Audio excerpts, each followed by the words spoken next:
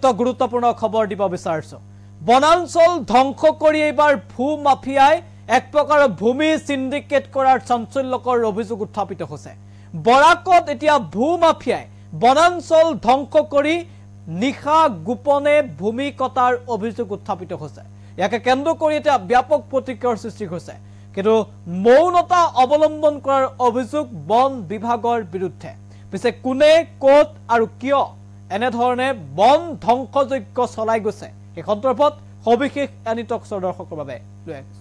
আমি জনাইছো এটা অত্যন্ত গুৰুত্বপূৰ্ণ খবৰ এই মুহূৰ্তত বনাঞ্চল ধ্বংস কৰি এবাৰ ভূমি সিন্ডিকেটৰ ভয়ংকৰ অভিযোগ বৰাকৰ পঞ্চগ্ৰামত বনাঞ্চল ধ্বংসৰ চাঞ্চল্যকৰ অভিযোগ পঞ্চগ্ৰাম বন বিভাগে ব্যৱস্থা গ্ৰহণ নকৰাটো উত্থাপিত হৈছে গুৰুতৰ অভিযোগ ভূমি সিন্ডিকেটত এবাৰ নাম সাঙুৰ খাইছে সাজ উদ্দিন মীৰা নামৰ এজন বিশেষ ব্যক্তি ইতিমধ্যে ঘটনা কেন্দ্ৰ কৰি তীব্ৰ চাঞ্চল্য বৰাকত নিশা গোপনে বন ধ্বংস কৰি ভূমিৰ সিন্ডিকেট চলাৰ অভিযোগ উত্থাপিত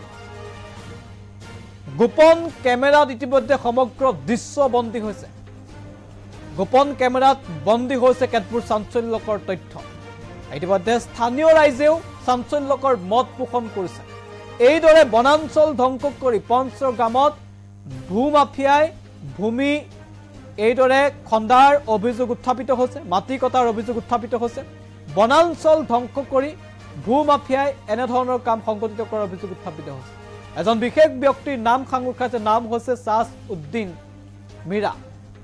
আৰু এই ব্যক্তিজনৰ নেতৃত্বতেই এনে ধৰণে বনাঞ্চল ধ্বংস কৰাৰ অভিযোগ উত্থাপিত কিন্তু ইয়াৰ পাছতো মৌনতা অৱলম্বন কৰাৰ অভিযোগ পঞ্চগ্ৰাম বন বিভাগৰ বিৰুদ্ধে মাত্ৰ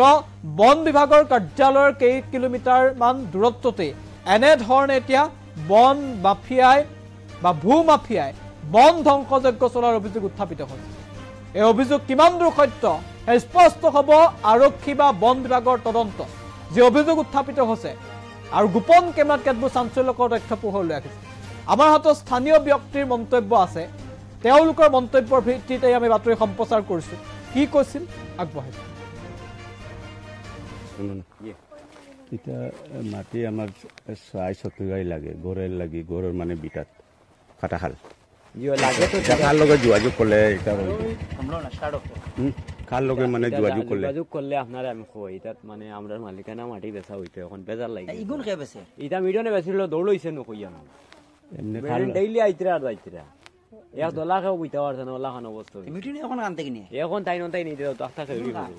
ওইটা এসপি ছিল তো বুধবার আনানে একটা টান্নালে করে বেচা সর আস্তা করি করব এরে দুই গাড়ি গুলো এটা মিঠুন ছাড়া আর কেউ নেই না না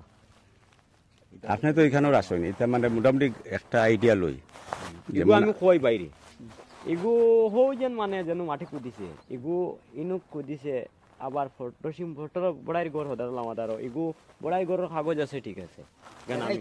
আমিও কই আর কিন্তু বেড়া হইছে আকাঠিয়া গেছে গিয়া কেসিয়া হইয়া মানে হে আস্তা জায়গা হয় না কর ও সামান্য জায়গা হয় মাত বুঝছো নি কোন চাচা শুনো না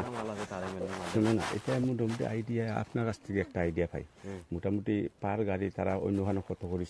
সেল করে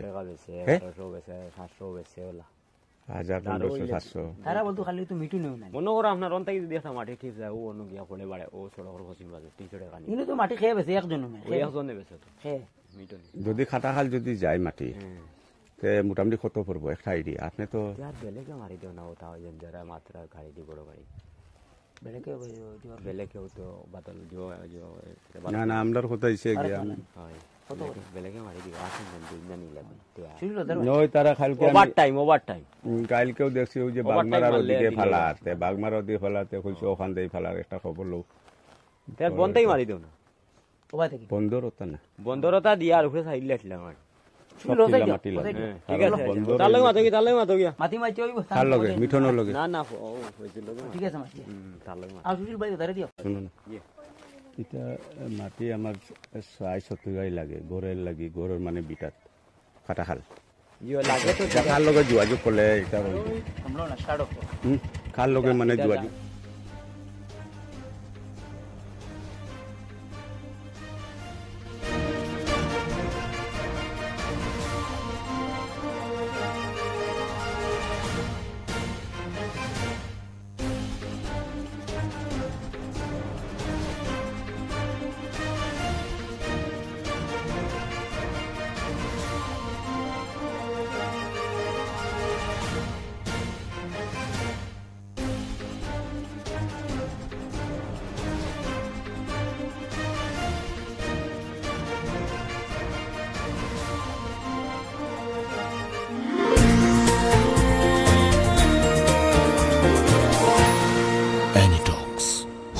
বিপৰীতে